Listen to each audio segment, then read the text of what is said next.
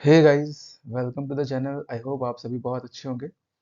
जैसा कि आप सभी जानते हैं, Monday to Saturday daily 9:30 AM पर हमारा एक इम्पोर्टेंट सेशन होता है जिसका नाम है the Hindu vocabulary with Saurabh sir. जैसा कि आप सभी देख सकते हैं, आज है 10th नवंबर और आज के द हिंदू न्यूज़पेपर में आने वाले 10 इम्पॉर्टेंट वर्ड्स को हम कवर करने वाले हैं, जो कि आपके आने वाले एग्जाम के लिए बहुत ही ज़्यादा यूजफुल होने ही वाले हैं। साथ ही साथ जो लोग एग्ज़ाम की प्रिपरेशन नहीं करते हैं उनके लिए भी ये जो सेशन है बहुत ही ज़्यादा बेनिफिशियल होने वाला है, जिसमें वो डेली 10 न्यू वर्ड्स अपनी daily day to day life में सीख सकते हैं। तो जल्दी से ऐसे लोगों के साथ ये सेशन को शेयर कर दीजिए। अगर आप चैनल पर नए हैं तो चैनल को सब्सक्राइब कर दीजिए, और अगर आपको वीडियो पसंद आए तो आप वीडियो को लाइक ज़रूर कीजिएगा। तो चलिए फिर हम आज के सेशन की शुरुआत करते हैं आज के हमारे पहले वर्ड के साथ। आज का हमारा पहला वर्ड है डिपार्चर, जो कि एक नाउन है। इसकी मीनिंग होती है the action of leaving specially to start a journey, यानी कि आप किसी स्थान को छोड़ते हैं अपनी यात्रा प्रारंभ करने के लिए। हिंदी में इसे प्रस्थान कहा जाता है।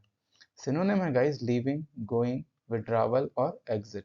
सभी का अर्थ होता है प्रस्थान करना या फिर जाना। एंटोनिम्स है guys arrival, coming, entrance and stay. Stay का मतलब होता है रुकना, एंट्रेंस, कमिंग और अराइवल का मतलब होता है आना। ये सब भी इसके एंटोनिम्स होते हैं। एग्जाम्पल है they had to postpone their departure because of bad weather. उनको अपना डिपार्चर यानी कि प्रस्थान उनको पोस्टपोन करना पड़ा, यानी कि उसको स्थगित करना पड़ा। किस कारण से? बैड वेदर यानी कि खराब मौसम के कारण। लेट्स से वो दिल्ली जाने वाले थे लेकिन मौसम खराब था तो उन्होंने दिल्ली जाने को पोस्टपोन कर दिया। दैट मीन्स अगर वो आज नहीं जाएंगे तो आज से कुछ दिन बाद जाएंगे। ट्रिक है the departure of the light was exposure. आप एक्सपोजर से लर्न कर सकते हैं। रिलेटेड वर्ड है departing and departed. Next word है हॉस्टिलिटीज, जो कि एक नाउन है। इसकी मीनिंग होती है अनफ्रेंडली। हॉस्टिलिटीज मतलब होते हैं झगड़े। ठीक है ना, यहाँ पर एकदम शुद्ध भाषा में युद्ध ट्रांसलेट कर दिया गया है। ठीक है, हॉस्टिलिटीज मीन्स होते हैं झगड़े।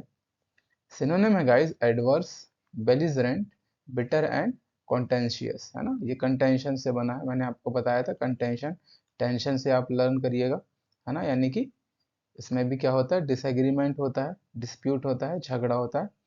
एंटोनिम है guys agreeable, adding, favourable and friendly. Clear है? एग्जाम्पल है the governor faced hostile crowds when he visited the town yesterday. ठीक है, उन्होंने क्या देखा? बहुत ही गुस्साई भीड़ देखा जब वो टाउन में आए। कौन? गवर्नर। ठीक है।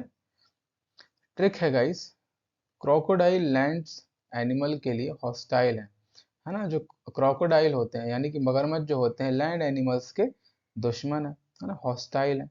अब यहाँ पे दुश्मन के सेंस में यूज किया गया है।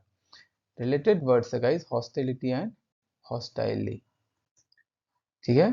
नेक्स्ट है गाइस अपेरेंट, जो कि एक एडजेक्टिव है। इसकी मीनिंग होती है क्लियरली विजिबल और अंडरस्टूड, यानी कि कोई चीज इसको हम स्पष्ट देख सकते हैं। सिनोनिम है possible, probable, supposed and credible. Antonyms है unlikely, doubtful, dubious and equivocal. Example है from the beginning it was apparent that she was not an ordinary child, यानी कि स्टार्टिंग से ही ये क्लियर था, स्पष्ट था कि वो कोई ऑर्डिनरी चाइल्ड नहीं है। ट्रिक है guys he is pungent but apparent. वो थोड़ा सा कटु है, यानी कि कड़वा है लेकिन अपेरेंट है, स्पष्ट है। क्लियर है गाइस? तो पंजेंट और अपेरेंट सिमिलर होते हैं। पंजेंट मीन्स होता है कड़वा, यानी कि जो कड़वी बात बोलते हैं, तीखी बात बोलते हैं, वो कैसे होते हैं? स्पष्ट होते हैं, अपेरेंट होते हैं। रिलेटेड वर्ड है अपेरेंटली। नेक्स्ट इज डेमोलिश्ड, जो कि एक वर्ब है। इसकी मीनिंग होती है पुल और नॉक डाउन अ बिल्डिंग एटसेट्रा, यानी कि किसी बिल्डिंग को या किसी चीज को क्या कर देना? गिरा देना बलपूर्वक, यानी कि ध्वस्त कर देना, जैसे कि आप फोटो में देख सकते हैं। ठीक है। सिनोनिम है destroy, flatten, raze and topple. Antonym है build, construct, mend and produce, यानी किसी चीज को बनाना। ठीक है। Example the old factory was demolished to make way for a new parking lot. जो पुरानी फैक्ट्री थी उसको गिरा दिया गया, ध्वस्त कर दिया गया। किस लिए? ताकि नया पार्किंग लॉट बनाया जा सके। ट्रिक है the demolished building was published in newspaper. ठीक है, गिराई जो बिल्डिंग गिर गई थी या जिसको गिराया गया था उसको न्यूज़पेपर में पब्लिश किया गया है। तो डेमोलिश्ड, पब्लिश्ड, ऐसे आप लर्न कर सकते हैं। रिलेटेड वर्ड है डेमोलिशन। नेक्स्ट है अनवेवरिंग। अब आपने वेव सुना होगा, है ना। वेव मतलब होती है तरंगे, है ना, लहरें, जो कि हमेशा कैसी हिलती रहती है, ऐसे ऐसे। और अन हमने इसके सामने अगर लगा दिया, अनवेव उसको बना दिया, तो वो कैसी हो जाती है, स्थिर हो जाती है। तो अनवेवरिंग का अर्थ होता है अटल या फिर स्थिर, स्टडी और रिजोल्यूट। सिनोनिम है guys fixed, firm, steadfast and decided. Clear है। एंटोनिम्स है वेवरिंग और अनस्टेडी, यानी कि जो अस्थिर होती है, जो हिलती डुलती रहती है।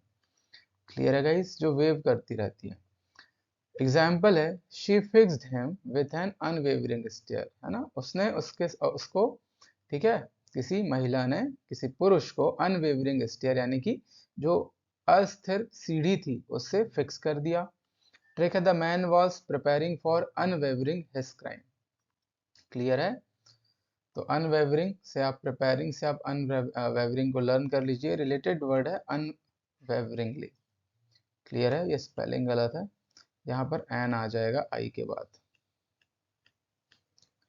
चलिए नेक्स्ट देखते हैं एस्पायरिंग, जो कि एक एडजेक्टिव है। इसकी मीनिंग होती है डायरेक्टिंग वंस होप्स और ambitions toward becoming a specified type of a person, यानी कि कुछ बनने की आशा रखना, चाह रखना, है ना, आकांक्षा रखना। ठीक है। और एस्पायरिंग मतलब होता है आकांक्षी, जो कि इच्छा रखता है ना, कहीं पे पहुंचने की। जैसे कि आप इनको देख सकते हैं, ये एस्पायरिंग माउंटेनियर है, यानी कि किसी पीक पर, लेट्स से माउंट एवरेस्ट जैसे किसी पीक पर पहुंचने की इच्छा रखते हैं। ठीक है, तो ये आकांक्षी है। क्लियर है। एक वर्ड और होता है महत्वाकांक्षी। ठीक है, यहाँ पे मैं लिख देता हूँ महत्वाकांक्षी। इसको हम इंग्लिश में बोलते हैं एम्बिशियस। क्लियर है गाइस। सिनोनिम है eager, endeavouring, lodging and striving. Antonym है अनएम्बिशियस, अनएंटरप्राइजिंग, इजी और अनडिजायरस, यानी कि बिना इच्छा की। एग्जाम्पल है she is an aspiring film maker, वो एक एस्पायरिंग फिल्म मेकर है, यानी कि फिल्म मेकर बनना चाहता है। ठीक है, the man is aspiring and inspiring. ठीक है, जो मैन है वो आकांक्षी भी है और इंस्पायरिंग भी है, यानी कि प्रेरणादायी भी है। रिलेटेड वर्ड है aspired and aspiring. Next is collapse, जो कि एक वर्ब है। इसकी मीनिंग होती है हैविंग फॉलन डाउन और गिवन वे, यानी कि गिर जाना हिंदी में। जैसे कि देखो यहाँ पर एक घर था, वो कैसा हो गया, कोलैप्स हो गया, यानी कि गिर गया। सिनोनिम है गाइस बैंकरप्सी, कैटास्ट्रोफ, क्रैश और डीबैकल। क्लियर है, या डिबैकल भी बोलते हैं। ठीक है, गूगल में अगर आप इसका प्रोनाउंसिएशन देखोगे तो डिबैकल बोलेगा। ठीक है। एंटोनिम है guys miracle, success, wonder and creation. Example है buildings collapsed by an earthquake, earthquake के कारण क्या हुआ, बिल्डिंग्स गिर गई। ट्रिक है the building collapsed is a glimpsed way, है ना, जो बिल्डिंग थी वो कैसे कोलैप्स हुई, एकदम ग्लिम्स वे में, यानी कि अचानक से, मतलब एक झलक की तरह, एक पल में सारी बिल्डिंग गिर गई, ऐसा कहना चाहता है। रिलेटेड वर्ड है कोलैप्सिंग एंड कोलैप्स्ड। नेक्स्ट है स्पार्क, जो कि एक वर्ब है। इसकी मीनिंग होती है एमिट स्पार्क ऑफ फायर और इलेक्ट्रिसिटी। क्लियर है, हिंदी में इसको बोलते हैं चमक। सिनोनिम है flash, gleam, glimmer and glint. Antonyms है calm, check, discourage and halt. Example है द फायर इज स्पार्कलिंग, ठीक है, स्पार्किंग डेंजरसली। ठीक है, जो फायर है वो कैसे चमक रही है, बहुत ही ज्यादा डेंजरसली। ट्रिक है the cracker was sparkling in the parking, जो फटाके थे वो पार्किंग में क्या हो रहे थे, स्पार्क हो रहे थे, यानी कि उनसे चिंगारियां निकल रही थी, है ना। और अब ये सीन आपको दिवाली में बहुत देखने मिलेंगे। रिलेटेड वर्ड है स्पार्कलिंग। आज का सेकंड लास्ट वर्ड है गाइस कॉन्फ्लिक्ट, जो कि एक नाउन है। इसकी मीनिंग होती है अ सीरियस डिसएग्रीमेंट और argument, typically protracted one. Clear है, हिंदी में इसको बोलते हैं टकराव। सिनोनिम है guys battle, clash, combat and competition. Antonym है पीस, ट्रूस, एग्रीमेंट एंड काम, यानी कि कोई चीज़ बहुत शांत हो, क्लियर है, शांतिपूर्ण हो, या फिर समझौता भी हम कह सकते हैं। ये सारे इसके एंटोनिम्स होते हैं। एग्जाम्पल है, there was a lot of conflict between him and his father. ठीक है, उसके फादर और उसके बीच बहुत ही सारे डिसएग्रीमेंट्स है, बहुत ही टकराव है, बहुत ही मतभेद है। ट्रिक है, कॉन्फ्लिक्ट की तरफ डायरेक्ट नहीं होना चाहिए, ऐसे आप लर्न कर सकते हैं। रिलेटेड वर्ड है कॉन्फ्लिक्टेड एंड कॉन्फ्लिक्टिंग। आज का लास्ट और अंतिम वर्ड है अक्यूज, जो कि है वर्ब। इसकी मीनिंग होती है अ पर्सन और group of people who are charged with और on trial for a crime. ठीक है, ऐसा पर्सन या फिर ग्रुप ऑफ पीपल है ना, जिसको दोषी करार दिया गया है किसी क्राइम के लिए। हिंदी में इसको बोलते हैं आरोपी। सिनोनिम है अरेंज्ड, इम्प्लीकेटेड, इनक्रिमिनेटेड, यानी कि उसको क्रिमिनल घोषित करना, इंडिकेटेड। एंटोनिम है एक्वेटेड, क्लियर एंड डिस्चार्ज, यानी कि जो एकदम निर्दोष हो, क्लियर हो, साफ सुथरा हो। डिस्चार्ज हो यानी कि जिसके ऊपर कोई भी चार्ज नहीं लगा हो। Example, he was accuse of stealing the money. ठीक है, वो पैसे चुराने के लिए आरोपी है। ट्रिक है guys, the accused person has abused the law. जो अक्यूज पर्सन है उसने लॉ को अब्यूज किया है, यानी कि उसको गाली नहीं दी है, उसका उल्लंघन किया है, उसको उसने ब्रेक किया है। रिलेटेड वर्ड है accusing, accusingly and accused. So guys, ये थे हमारे आज के 10 इंपॉर्टेंट वर्ड्स। उम्मीद है आपको सारे वर्ड्स क्लियर हैं, आपको सारा जो सेशन है वो पसंद आया होगा।